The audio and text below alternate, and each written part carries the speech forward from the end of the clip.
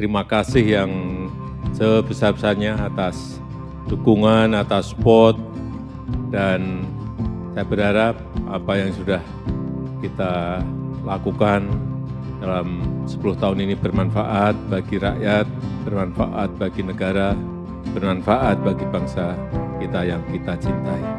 Dan saya ingin mohon maaf yang sebesar-besarnya, mohon maaf apabila ada hal yang kurang berkenan di hati Bapak Ibu sekalian. Tanggal 20 Oktober, saya purna tugas, saya mohon pamit.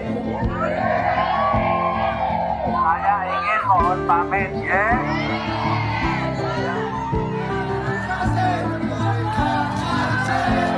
Siap, Pak. Presiden ke-7 Jokowi menghadiri pelantikan Prabowo Subianto dan Gibran Rakabuming Raka sebagai Presiden dan Wakil Presiden periode 2024-2029 di Gedung Nusantara Kompleks Parlemen Senayan, Jakarta. Kedatangan Jokowi langsung disambut Prabowo. Saat itu, Prabowo langsung memeluk Jokowi. Keduanya langsung menuju ruang transit sebelum ke ruang pelantikan di Gedung Nusantara. Momen hangat keduanya berlanjut di kursi podium pelantikan. Keduanya tampak berbincang di sela-sela pelantikan. Prabowo juga tampak memberikan hormat kepada Jokowi usai mengucapkan sumpah jabatan.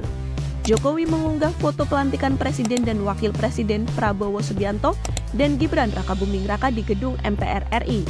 Dalam unggahan itu, Jokowi pun mengucapkan selamat bertugas kepada keduanya. Tepat 20 Oktober 2024, Jokowi mengucapkan terima kasih dan perpisahan kepada seluruh masyarakat Indonesia.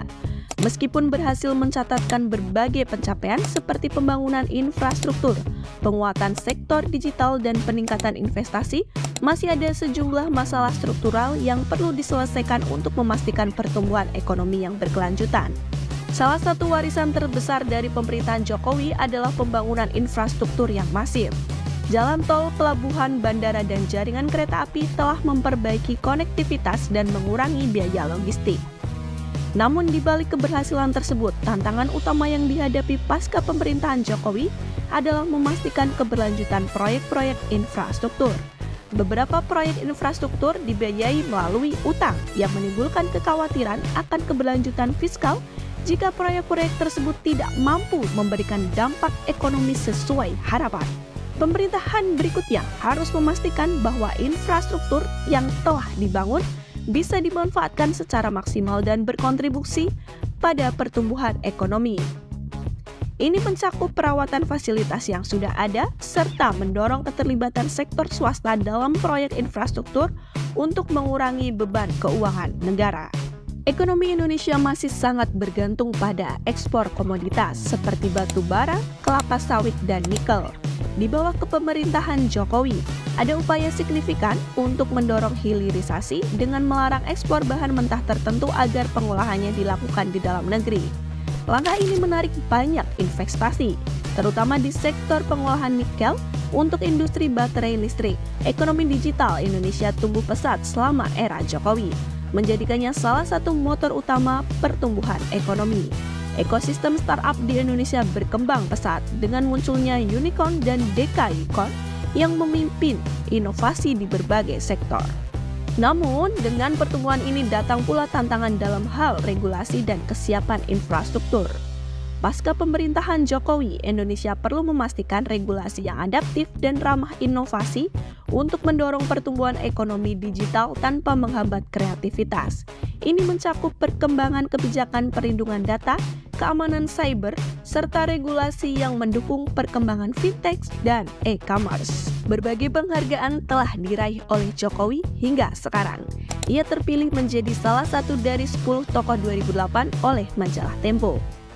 Selain itu, ia juga mendapat penghargaan internasional dari Kemitraan Pemerintahan Lokal Demokratis Asia Tenggara atas keberhasilan Solo melakukan relokasi yang manusiawi dan pemberdayaan pedagang kaki lima.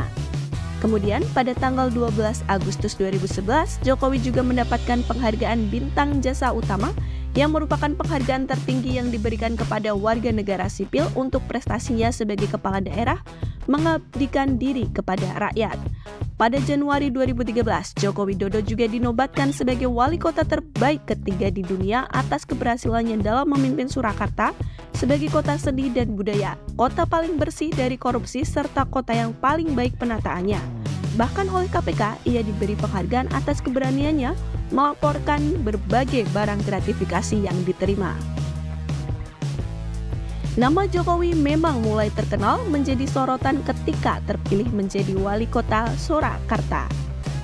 Awalnya, publik menyaksikan kemampuan pengusaha mebel ini untuk memimpin dan mengembangkan kota Surakarta. Namun, beberapa perubahan yang penting dibuat untuk membangun Surakarta di tahun pertamanya menipis keraguan ini. Proses relokasi pedagang barang bekas yang biasanya selalu diwarnai dengan penolakan dan protes bisa dilakukan Jokowi dengan baik karena komunikasi yang langsung dan jelas dijalin dengan masyarakat. Salah satu bentuk komunikasi tersebut adalah melalui saluran televisi lokal di mana masyarakat bisa langsung berinteraksi dengan wali kotanya. Masalah lahan hijau juga menjadi perhatian Jokowi. Relokasi pedagang barang bekas dilakukan dalam rangka rehabilitasi lahan hijau di kota Solo. Langkah besar lain yang diambil oleh Jokowi adalah menetapkan persyaratan bagi para investor untuk memperhatikan kepentingan publik dan tidak segan untuk menolak mereka jika tidak bisa mengikuti peraturan yang ada dalam kepemimpinan Jokowi. Nama Surakarta kembali menjadi perbincangan ketika para siswa sekolah menengah kejuruan atau SMK di Solo ini berhasil merakit mobil yang diberi nama SMK. Jokowi sangat mendukung hasil yang membanggakan ini dengan ikut mengendari mobil SMK tersebut. Jokowi kemudian mencalonkan diri pada pemilihan Gubernur DKI Jakarta tahun 2012 bersama dengan Basuki Cahayapurnama atau Ahok sebagai wakilnya. Hasil dari kepemimpinannya sebagai Gubernur DKI Jakarta, Jokowi berhasil mengambil hati masyarakat. Ia pun maju sebagai calon presiden menggandeng Yusuf Kala sebagai calon wakil presidennya pada tahun 2014. Setelah terpilih pada tahun 2014, ia kemudian mencalonkan diri kembali menjadi Presiden Republik Indonesia pada tahun 2019 dan terpilih lagi dengan Wakil Presiden Ma'ruf Amin. Dengan berakhirnya era Jokowi Ma'ruf Amin, Indonesia akan memasuki babak baru di bawah kepemimpinan Prabowo dan Gibran. Semoga pergantian ini berjalan lancar dan membawa Indonesia menuju masa depan yang lebih baik, sejahtera, dan penuh perjuangan. Terima kasih Pak Jokowi dan Pak Ma'ruf Amin.